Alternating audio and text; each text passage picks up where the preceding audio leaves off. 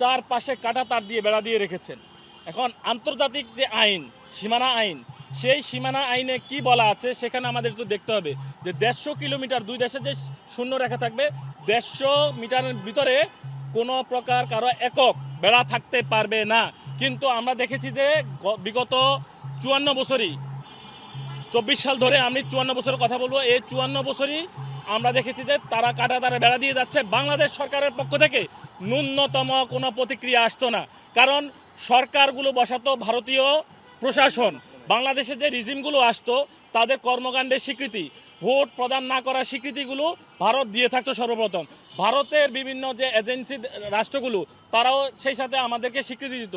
যে দেশগুলোকে আমরা স্বীকৃতি দিতাম না সেই দেশও দেখতাম যে আমাদের অভিনন্দন দিচ্ছে সরকারদের। যেই নির্বাচনগুলোকে জনগণ প্রত্যাখ্যান করতো, ভারত সেই নির্বাচনগুলোকে দেখতাম কিভাবে তারা অভিনন্দন জানাচ্ছেন। এটা অত্যন্ত আমাদের জন্য হতাশারই নয়, শুধু এটা বিশাল হুমকি। সেই সাথে আপনারা দেখবেন যে পুশিন হচ্ছে কাদেরকে করতেছে? অবৈধ নাগরিকদের করতেছে। কিন্তু অবৈধ নাগরিকদের পুশিন করতে হলে সর্বপ্রথম করতে হবে শেখ হাসিনাকে, কারণ ভিসার মেয়াদ থাকে 6 মাস। হাসিনা যেদিন গেছে তার 3 দিনের মধ্যে ভিসার মেয়াদ শেষ। তাহলে এতদিন কেন আমাদের এই অবৈধ নাগরিককে বাংলাদেশে পুশিন করা হলো না? আমরা আজকে শুভেন্দুকে বলবো, আজকে এই সংবাদ সম্মেলন থেকে শুভেন্দুকে বলবো যে আপনি সর্বপ্রথম হাসিনা দিদিকে আপনার পুশিন করুন।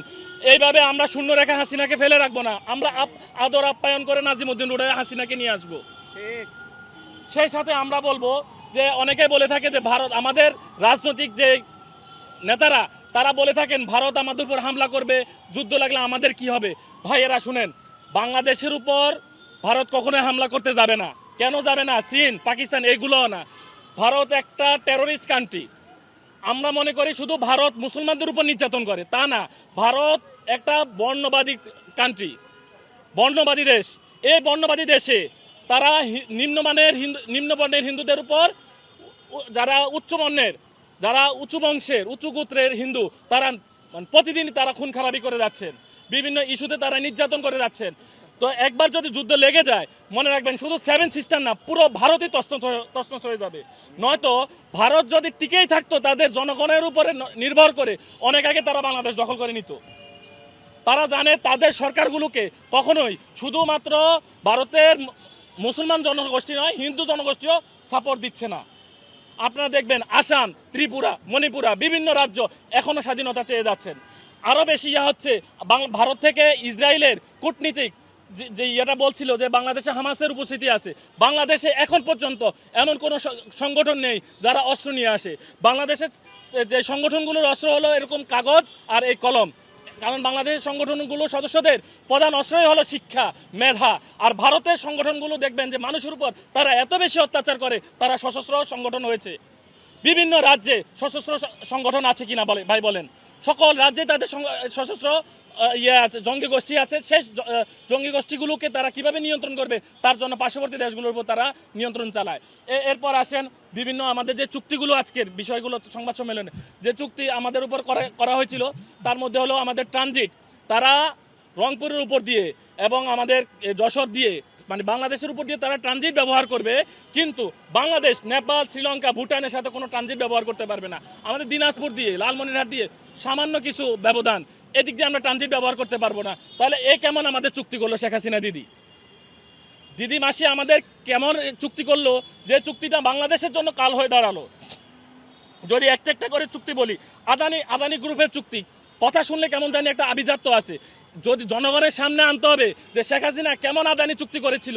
শেখ হাসিনার আদানি চুক্তি ছিল যে আপনার বিদ্যুৎ না নিলেও আপনাকে আমি অতিরিক্ত চার্জ দিয়ে যেতে হবে, এবং এই বিদ্যুৎ খাতের ক্ষেত্রে আপনার অনেকগুলো ইয়ে ছিল, আদানি বিশাল অঙ্কের জরিমানা ও ক্যাপাসিটি চার্জ অতিরিক্ত ছিল, যে চার্জটা বাংলাদেশের জনগণের পক্ষে নেওয়া সম্ভব না, কিন্তু না নিলেও আপনাকে ক্যাপাসিটি চার্জ দিয়ে যেতে হবে। কিন্তু আজ পর্যন্ত যে সরকারে আসুক এই চুক্তিগুলো বাতিল করছে না। আমাদের এই চুক্তিগুলো আমাদের গোলামির চুক্তি, এই চুক্তি আমাদের বাতিল করতেই হবে। আমরা দেখি বিভিন্ন সংগঠন যে আমেরিকার সাথে চুক্তি, এই চুক্তি ওই চুক্তির জন্য একেবারে গলা ফাটাই ফেলায়। একটা দুইটা চুক্তির জন্য একজন সরকার করছে, তার জন্য আপনি 2 দিন পরে রাস্তায় নামতে পারছেন। 54 বছরের যে চুক্তিগুলো হয়েছে আপনার দাদা বাবুদের সাথে, সেই চুক্তির জন্য আপনি কবে রাস্তায় নামছেন? কখনো আমরা দেখি নাই ওই বাম ঘরানার নেতাদের কখনো রাজপথে নামতে। এটা আমাদের বাংলার জন্য হুমকি। ধিক্কার ওইসব নেতাদের। বৈধ বৈধ অবৈধ নাগরিকদের বাংলাদেশে যে একটা কর্মসংস্থান, বাংলাদেশের ছেলেরা বেকারত্বের জন্য মানে মাস্টার্স অনার্স মাস্টার্স করার পরও বেকারত্বের ফুলঝুরি নিয়ে ঘুরতেছে, বোঝা নিয়ে ঘুরতেছে, বাসায় বিবাহিত বোন থাকে, বিবাহ বিভিন্ন বিভিন্ন ধরনের চিন্তা থাকে, কিন্তু আমরা জানি যে প্রতি বছর প্রায় $10 বিলিয়ন রেমিটেন্স বাংলাদেশ থেকে নিয়ে যায়। এদিকে আমাদের রেমিটেন্স যোদ্ধারা দিনের পর দিন মরুভূমির উত্তপ্ত বালুর উপর কাজ করতে করতে যে পরিমাণ রেমিটেন্স পায়, যে পরিমাণ আমরা ডলার পাই, বৈদেশিক মুদ্রা পাই, তার থেকে বেশি নিয়ে যাচ্ছেন তারা প্রতি মাসেই ভারতে। আমাদের দেশে বেকারত্ব দূর করার জন্য আগে সর্বপ্রথম ভারতীয় নাগরিকদের, বৈধ অবৈধ সকল নাগরিকদের এই দেশ থেকে বিতাড়িত করতে হবে। বাংলাদেশি ছেলেদের কাজ করে যদি কর্মসংস্থান খালি থাকে, তারপর বিদেশি ছেলেদের কর্মসংস্থান।